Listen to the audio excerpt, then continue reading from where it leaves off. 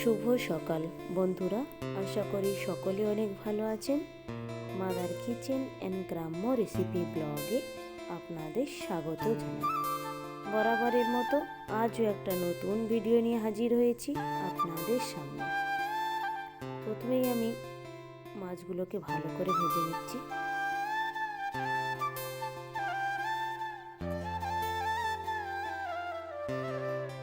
মাছগুলো ভাজা হয়ে গিয়েছে।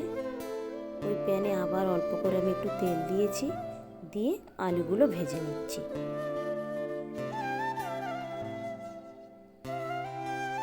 পরিমাণ মতো লবণ দিয়েছি, দিয়ে ভালো করে লাল লাল করে ভেজে নিচ্ছি। আলুও ভাজা হয়ে গিয়েছে। আবার আমি কপিগুলো একটু হালকা করে ভেজে নিচ্ছি, নুন না দিয়ে।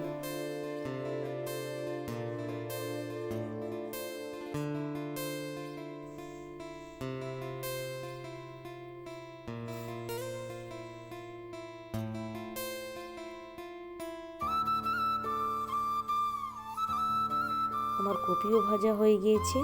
আমি রান্নার জন্য প্যানে তেল দিলাম। তেলটা গরম হয়ে যেতে লঙ্কা এবং পেঁয়াজ কুচি দিয়ে দিয়েছি।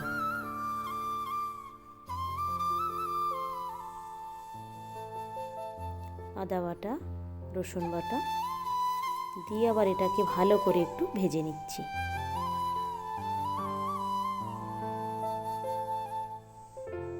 একটা টমেটো কেটে দিয়েছি, স্বাদ মতো লবণ দিয়ে আবার সবগুলো ভালো করে মাখিয়ে নিচ্ছি।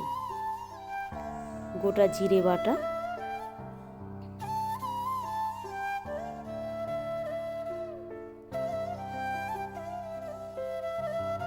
হলুদ গুঁড়ো,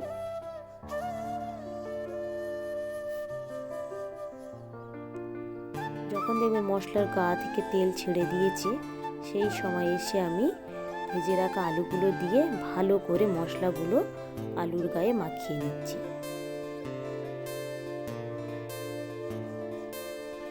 ভালো করে মাখানো হয়ে যেতেই আমি কপিগুলো দিয়ে দিয়েছি, দিয়ে আরেকটু ভালো করে আমি কষিয়ে নেব।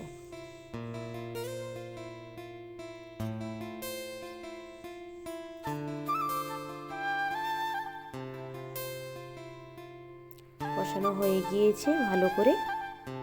এবারে আমি ঝোলের জন্য জল দিয়েছি।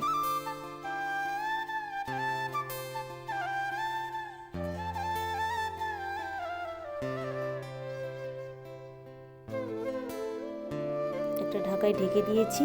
ঝোলটা ফুটে উঠলেই তারপর আমি ভেজে রাখা মাছগুলো দেব। ঝোলটা ভালো করেই ফুটে উঠেছে। এবারে আমি ভেজে রাখা মাছগুলো এক এক করে দিয়ে দিচ্ছি।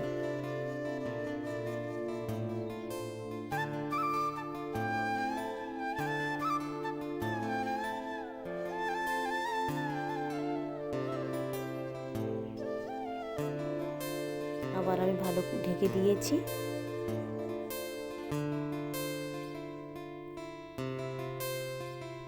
ব্যাস, তরকারি প্রায় রান্না কমপ্লিট হয়ে এসেছে। তার আগে আমি কয়েকটা ধনে পাতা দিয়ে আবার একটু 2-4 মিনিট ফুটিয়ে নেব।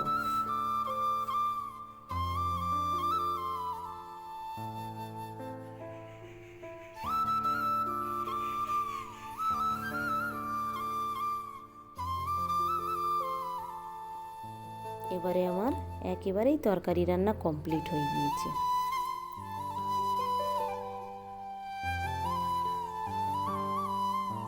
কালারটাও খুব সুন্দর এসেছে।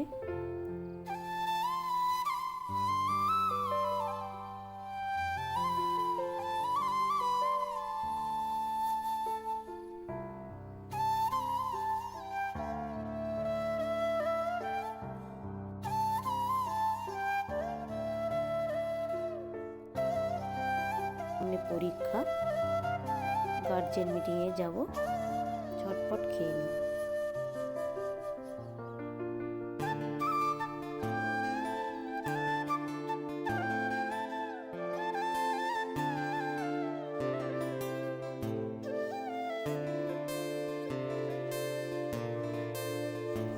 ভিডিওটা তাহলে এখানেই শেষ করছি। ভালো থাকবেন, সুস্থ থাকবেন, আর ব্লগটি কেমন লাগলো অবশ্যই জানাবেন। ভালো লাগলে একটা সাবস্ক্রাইব করে দেবেন। দেখা হচ্ছে পরবর্তী ব্লগে।